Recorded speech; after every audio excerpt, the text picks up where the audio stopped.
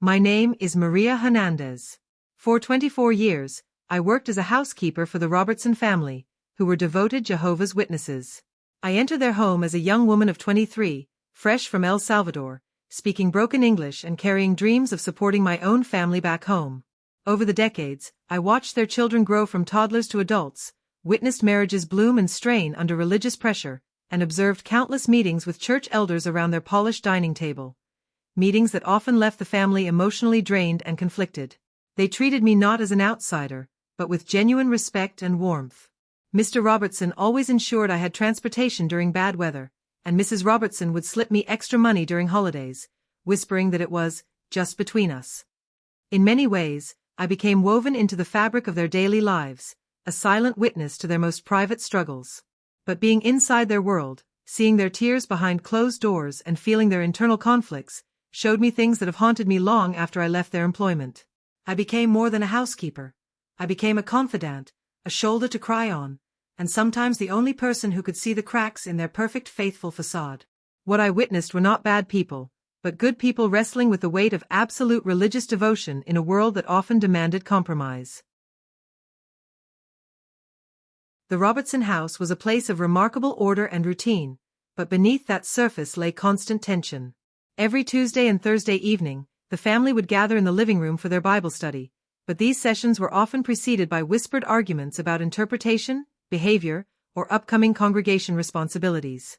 I was often in the kitchen during these sessions, and I could hear the strain in their voices.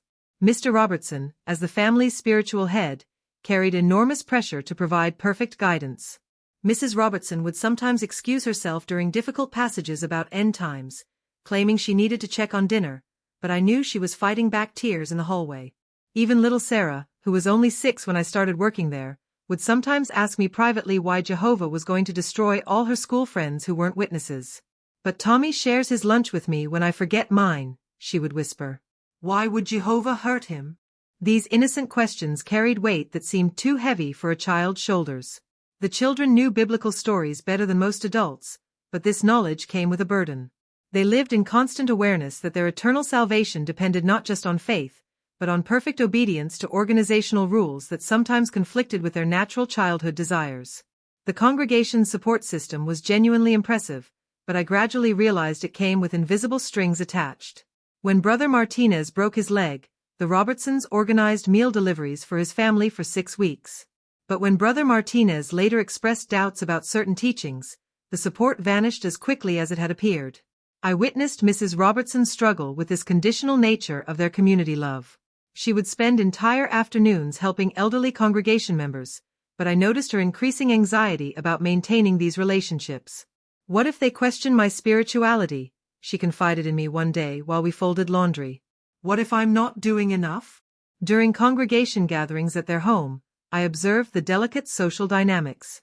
Conversations would stop mid-sentence when certain topics arose. Families would share struggles, but only certain types of struggles were acceptable to discuss. Mental health issues, marriage problems, or doubts about doctrine were met with uncomfortable silence and suggestions for more prayer and study. The children learned early to navigate these social waters carefully. Michael once told me, "I can't tell Brother Thompson I like science class too much, or he'll think I'm being influenced by worldly thinking." Over the years, the Robertson family's attempts to convert me evolved from gentle invitations to something approaching desperation. Mrs. Robertson would describe the peace she found at the Kingdom Hall, but I noticed her own peace seemed increasingly fragile. She would press Watchtower magazines into my hands with trembling fingers, her eyes pleading. Mr. Robertson's discussions about Armageddon became more frequent and intense as world events unfolded. After September 11th, he pulled me aside with genuine tears in his eyes. "Maria, please consider what I'm telling you. The signs are everywhere. I care about you and your family too much to watch you face destruction." Their youngest son David would sometimes echo his parents' urgency with heartbreaking innocence. "Maria, I don't want you to die when Jehovah cleans the earth," he told me one afternoon. "Can't you just come to the meeting this Sunday?" I always declined respectfully, but each refusal seemed to add weight to the family's burden. They weren't just losing a potential convert, they were failing in what they believed was their sacred duty to save someone they loved. Living as strict Jehovah's Witnesses in the modern world created daily conflicts that wore down the family's emotional reserves. Every school event, every work function, every social invitation required careful navigation of religious boundaries. Sarah's struggles began in elementary school. She couldn't salute the flag, sing the national anthem, or participate in holiday parties. I watched her come home increasingly isolated from her classmates. "They think I'm weird, Maria," she would cry in the kitchen. "They don't understand why I can't do normal things." Mrs. Robertson would try to comfort her daughter, but I could see her own internal conflict. She wanted her children to have friends and feel accepted, but she also believed their eternal salvation depended on maintaining these separations from worldly activities. The older boys faced even more complex challenges. Michael excelled in science and had natural leadership abilities, but pursuing higher education or competitive activities was discouraged. "The elders say college will corrupt his thinking," Mr. Robertson explained to me one evening, though I could hear doubt in his voice. "But he's so bright, Maria. Sometimes I wonder." As the years passed, Mrs. Robertson became my greatest source of concern. The weight of being the perfect witness wife and mother was crushing her spirit in ways that only I could see. In public, she maintained the facade of joyful faith, but in the privacy of our daily interactions, she revealed a woman drowning in expectations and doubt. She would cry silently while ironing clothes, tears falling onto the fabric. "I'm supposed to be submissive and supportive," she confided during one of these moments, "but sometimes I disagree with the decisions being made for our family. Sometimes I think my children are suffering unnecessarily." The pressure to maintain appearances was relentless. Every congregation meeting required perfect grooming, perfect behavior from the children, and perfect demonstration of family unity. I watched her spend hours preparing for these public displays, coaching the children on appropriate responses and managing her husband's stress about his responsibilities as a family head. "Maria, sometimes I feel like I'm disappearing," she whispered to me one Tuesday morning after a particularly difficult elders' meeting. "I have thoughts and opinions, but expressing them would be seen as lack of submission to theocratic order. I feel like I'm becoming invisible in my own life." I wanted desperately to help her, to tell her that her thoughts and feelings mattered, that she didn't have to sacrifice her identity for faith. But I was just the housekeeper, and interfering in religious family matters could cost me my job and damage relationships I had spent years building. The pain around birthdays became an annual trauma that I dreaded witnessing. Each year, as each child's birthday approached, the house would fill with a peculiar tension. The children understood the rule, but their hearts still yearned for celebration. David's 8th birthday was particularly heartbreaking. His classmates had been planning a surprise party for weeks, and he came home crushed when he had to explain why he couldn't participate. "But Maria," he sobbed in my arms, "I didn't ask them to plan it. I wasn't being disobedient. Why am I being punished for what other people did?" Mrs. Robertson found him crying and tried to redirect his sadness into spiritual understanding. "Birthdays are pagan celebrations, sweetheart. We show our love in other ways." But I caught her later in the bathroom, staring at herself in the mirror with hollow eyes, clearly questioning whether denying a child such simple joy could really be God's will. I began finding small ways to acknowledge the children's birthdays without violating family rules. I would make their favorite meals on those days, or leave small gifts that looked like routine purchases. Mrs. Robertson noticed but never said anything, giving me a grateful look that spoke volumes about her own internal conflict. December was the hardest month in the Robertson household. Christmas decorations appeared everywhere in the neighborhood, Christmas music played in every store, and the children's friends discussed their holiday plans with excitement that the Robertson children could only observe from the outside. Sarah would press her face against her bedroom window, watching neighbors hang lights and decorate trees. "It looks so beautiful, Maria," she would sigh. "I know it's wrong, but I can't help wishing." The family developed elaborate strategies for navigating Christmas season. Shopping trips were planned for times when holiday displays were minimal. The children were coached on how to politely decline party invitations and explain their family's beliefs without appearing judgmental. But the strain was visible. Mr. Robertson would return from work frustrated by office parties he couldn't attend and promotion opportunities missed due to his refusal to participate in company holiday events. Mrs. Robertson would battle her own longing to create magical memories for her children while maintaining religious faithfulness. One December evening, I found Mrs. Robertson sitting alone in the dark living room, staring at the blank wall where a Christmas tree might go in other homes. Sometimes I wonder if we're protecting them or harming them, she whispered. I see other families creating such joy for their children, and we're creating, what? Strength? Separation? I don't know anymore. As the children enter their teenage years, the conflicts around education intensified dramatically. Michael showed exceptional academic ability and dreamed of becoming an engineer, but higher education was strongly discouraged by congregation leadership. The family endured multiple meetings with school counselors and teachers who couldn't understand why a brilliant student was being steered away from college. Mr. Robertson would return from these sessions emotionally drained, torn between pride in his son's abilities and adherence to organizational guidance. The elders say college will expose him to dangerous thinking, he explained to Mrs. Robertson during one of their late-night discussions that I couldn't help overhearing. But he could help so many people with his skills. Isn't that also serving God? Mrs. Robertson's response revealed her own internal struggle. What if we're wrong? What if we're limiting our son's potential to serve God in ways we can't even imagine? Michael's frustration grew daily. He would come home from school angry and confused, knowing he was disappointing guidance counselors and teachers who believed in him while trying to remain faithful to religious teachings that seemed to conflict with his natural gifts. Maria, do you think God really wants people to be ignorant? He asked me one afternoon, his voice heavy with teenage angst and genuine spiritual confusion. Because that's what it feels like sometimes. When Michael turned 17, he fell in love with Jessica, a kind, intelligent girl from his chemistry class who wasn't a Jehovah's Witness. The family's reaction created a crisis that lasted months and nearly tore them apart. Mr. Robertson's disappointment was crushing to witness. This man who had raised his son with such devotion felt betrayed by what he saw as a rejection of everything they had taught. But it wasn't simple anger, it was heartbreak mixed with genuine fear for his son's spiritual welfare. The congregation elders became regular visitors to our house, their serious faces and hushed conversations filling the dining room multiple times per week. I would serve them coffee and see the strain in their eyes as they tried to guide a family through what they viewed as a spiritual emergency. Mrs. Robertson became a mediator in her own home, trying to bridge the gap between her husband's religious convictions and her son's emotional needs. I watched her age years in those months, her hair developing gray streaks and her hands developing a permanent tremor from stress. The pressure on Michael was intense. He genuinely loved his family and didn't want to disappoint them, but he also couldn't understand why love itself could be considered spiritually dangerous. She's a good person, Mom, he would plead with Mrs. Robertson. She's kinder than some of the people in our congregation. Why can't you see that? During this period, I became Mrs. Robertson's emotional lifeline. She would find me in the laundry room or kitchen and pour out her heart, tears streaming down her face. I want my son to be happy, Maria. I see the light in his eyes when he talks about this girl. But I've been taught that happiness in this world doesn't matter if it costs eternal life. How do I choose between my son's heart and his soul?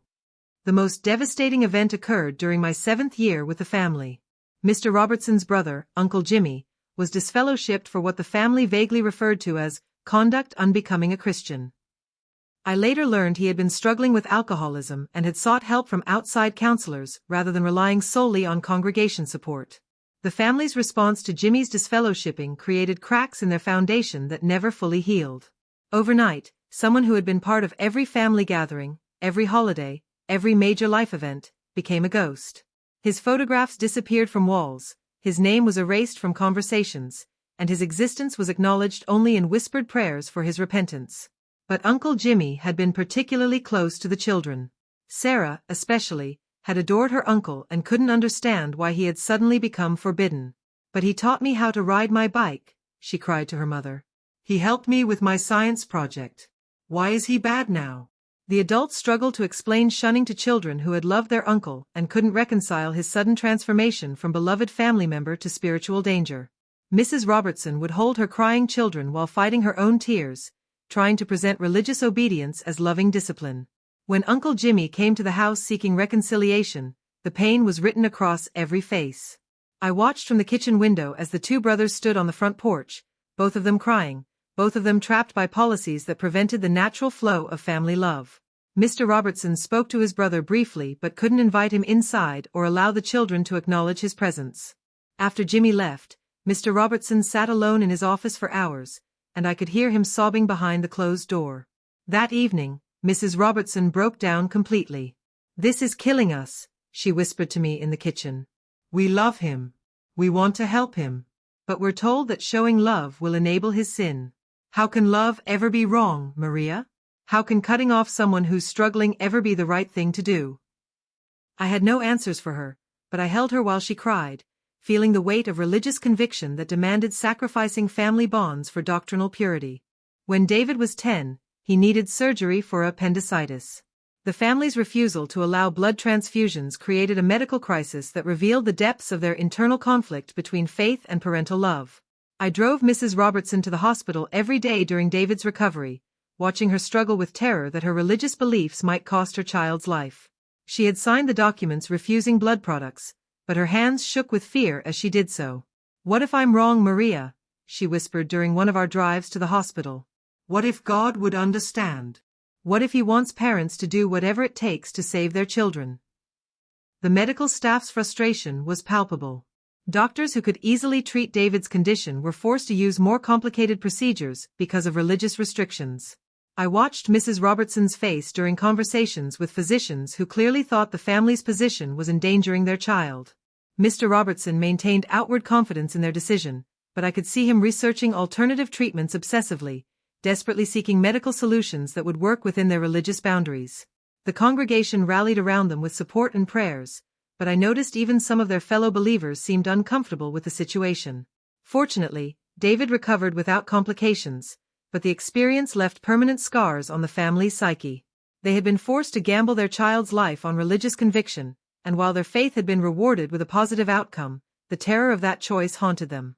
As the children grew older, pressure mounted for them to become pioneers, full-time evangelists who would dedicate their lives to door-to-door preaching. This expectation created enormous stress, particularly for Sarah, who was naturally shy and struggled with the confrontational aspects of evangelism. I watched Sarah develop anxiety attacks before field service activities. She would lock herself in the bathroom, hyperventilating at the thought of approaching strangers to discuss religion. Mrs. Robertson would coax her out gently, but I could see her own ambivalence about pushing her introverted daughter into situations that clearly caused distress.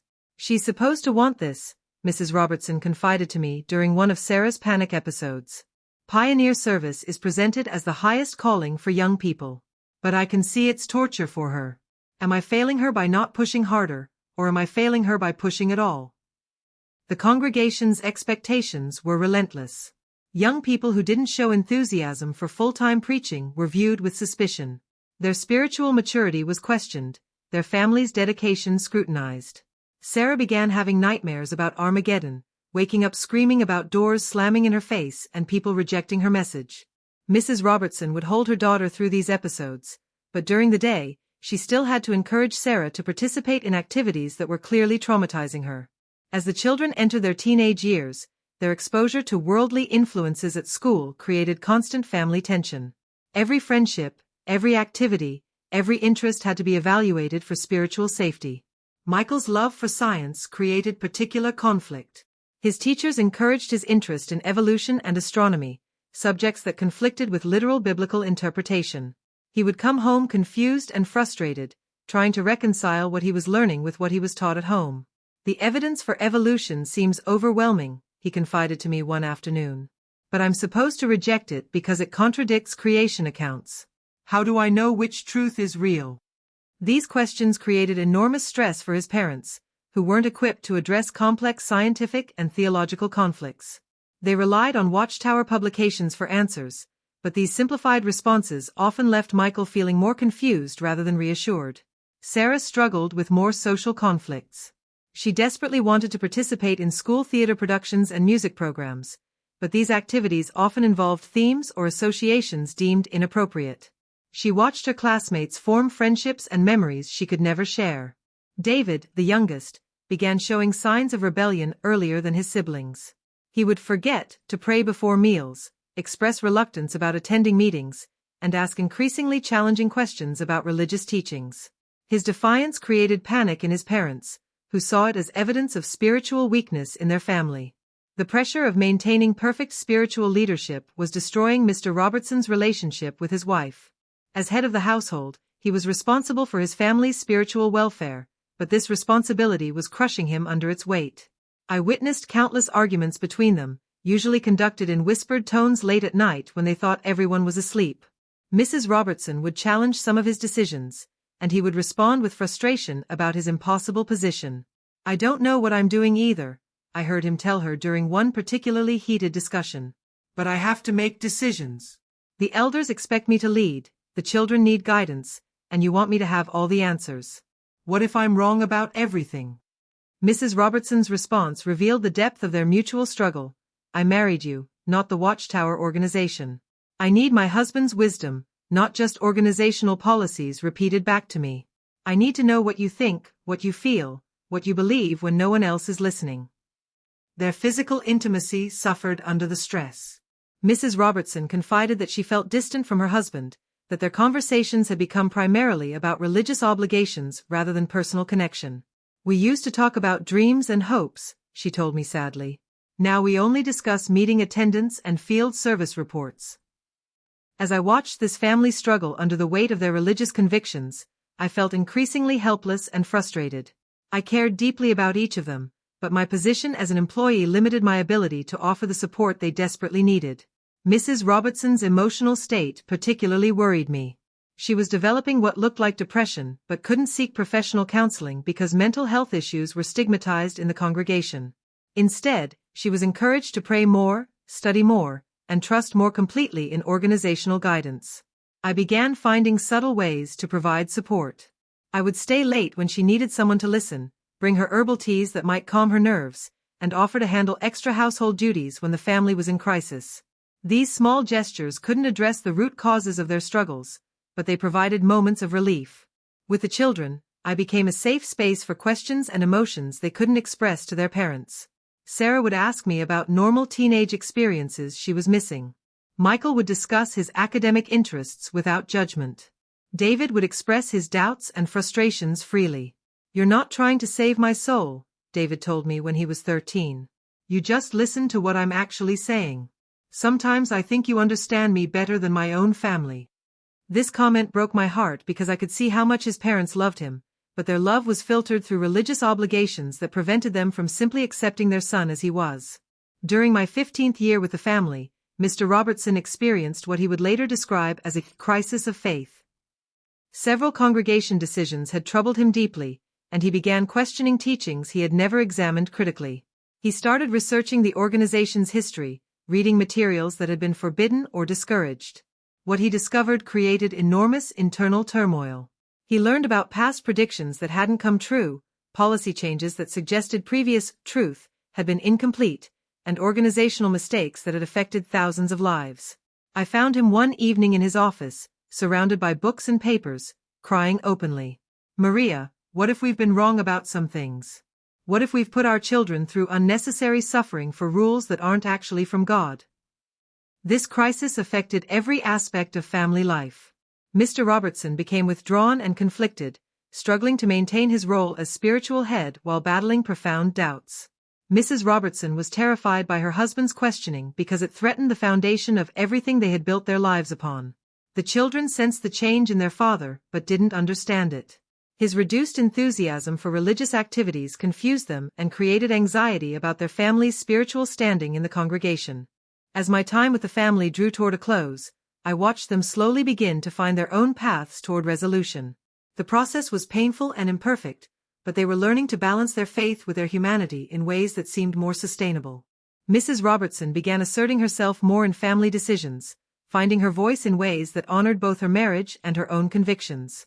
She started attending a support group for women dealing with anxiety, framing it as practical help rather than spiritual counseling. Michael ultimately chose to pursue higher education, with his parents' reluctant blessing. The decision created temporary strain with the congregation, but the family weathered the criticism together, finding strength in supporting each other rather than conforming to external expectations. Sarah discovered that she could maintain her faith while developing her own interests and friendships. She learned to navigate the boundaries more confidently, making choices that felt authentic to both her beliefs and her personality. David's rebellion eventually evolved into thoughtful questioning that his parents learned to engage with rather than suppress. Their discussions about faith became more honest and less fearful, creating deeper understanding between them. After 24 years of intimate observation, I can say with certainty that the Robertson family were fundamentally good people living according to their deepest convictions, but struggling under the weight of absolute religious devotion in ways that sometimes conflicted with their natural human love and wisdom. They paid me fairly, treated me with dignity, and never made me feel like an outsider despite our different beliefs. Their commitment to their faith provided them with community, purpose, and moral guidance, but it also created unnecessary suffering that could have been avoided with more flexibility and trust in their own judgment. I witnessed children denied simple joys for complex theological reasons they couldn't understand. I saw a mother slowly disappearing under expectations that seemed to value compliance over authenticity. I watched a father struggle under responsibilities that demanded perfection in matters where uncertainty and growth would have been more honest. Yet I also saw a family learn to love each other through profound challenges. I witnessed their gradual discovery that faith could coexist with questioning, that devotion didn't require the sacrifice of individual identity, and that God's love might be broader and more accepting than organizational policies suggested. They tried persistently but gently to convert me over the years, and I understand why. From their perspective, they were offering me salvation and eternal happiness. Their invitations came from genuine love and concern for my spiritual welfare. But I realized that faith for me should bring peace without fear, community without exclusion, and love without conditions that could tear families apart or deny children normal happiness. I left that house with deep affection for the Robertson family and respect for their sincere pursuit of righteousness. They are people of integrity who lived according to their beliefs, even when those beliefs required difficult sacrifices. Their dedication to helping others, their strong family values, and their genuine care for my well-being over 2 decades prove to me that goodness exists in many forms. While I never joined their religious community, I learned valuable lessons from my time in their home about dedication, service, and the complexities of living a life guided by profound spiritual conviction. They reminded me that we are all human beings seeking meaning, connection, and hope. We simply find these treasures along different paths, some more restrictive, some more open, but all deserving of respect when pursued with sincere hearts. The Robertsons gave me far more than employment. They gave me a window into the beautiful and painful complexity of the human spirit seeking God while learning to trust their own capacity for love and wisdom. For that gift, despite all the struggles I witnessed, I will always be grateful. They taught me that even imperfect faith, when lived with genuine love, can create good people who make the world better simply by caring deeply about something greater than themselves.